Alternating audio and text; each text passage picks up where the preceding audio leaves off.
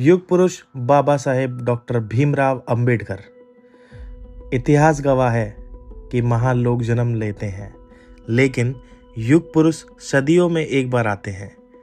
एक ऐसा व्यक्ति जिसने न केवल देश का भाग्य लिखा, बल्कि करोड़ों दबे कुचले लोगों को आत्मसम्मान के साथ जीना सिखाया।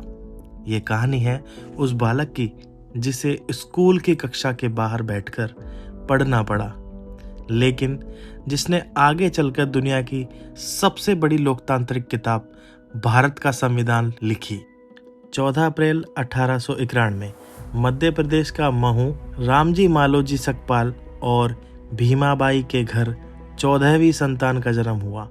नाम रखा गया भीमराव। भीम के पिता सेना में थे, लेकिन जातिवाद का जहर इतना गहरा था कि भीम को बचपन से ही छुआछूत का कड़वा अनुभव हुआ।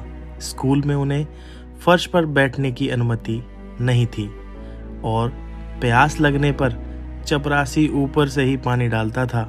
उस दिन भीम ने रोकर नहीं बल्कि ठान कर तय किया कि वह यह व्यवस्था बदल कर रहेंगे। डॉक्टर अंबेडकर केवल एक नेता नहीं, बल्कि अपने समय के सबसे बड़े विद्वान थे।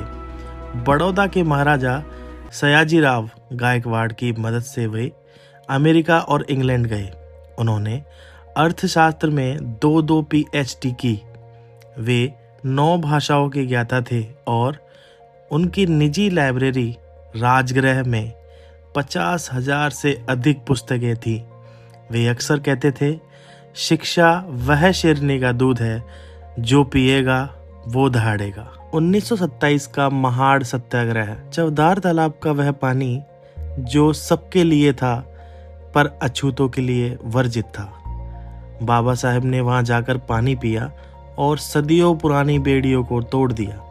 उन्होंने मूक नायक और बहिष्कृत भारत जैसे अखबारों के जरिए अपनी आवाज बुलंद की।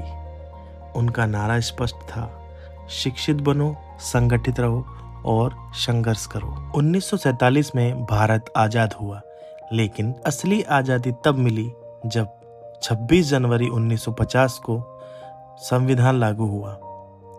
मसौदा समिति के अध्यक्ष के रूप में डॉक्टर अंबेडकर ने आधुनिक भारत की नींव रखी। उन्होंने महिलाओं को अधिकार दिए, पिछड़ों को आरक्षण दिलवाया और एक ऐसा ढांचा तैयार किया जहां एक व्यक्ति, एक वोट, एक मूल्य का सिद्धांत सर्वोपरि था। जीवन के अंतिम पड़ाव पर 14 अक्टूबर 1956 को नागपुर में उन्होंने बौद्ध धर्म अपनाया। उन्होंने कहा था, मैं हिंदू रूप में पैदा तो हुआ, लेकिन हिंदू के रूप में मरूंगा नहीं।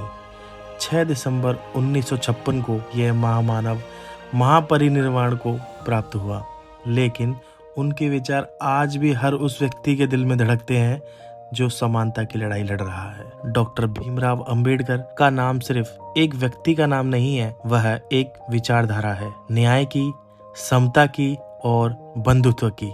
जब तक भारत का संविधान रहेगा, बाबा साहिब का नाम अमर रहेगा। सभी साथियों को जय भीम, जय भारत, जय संविधान।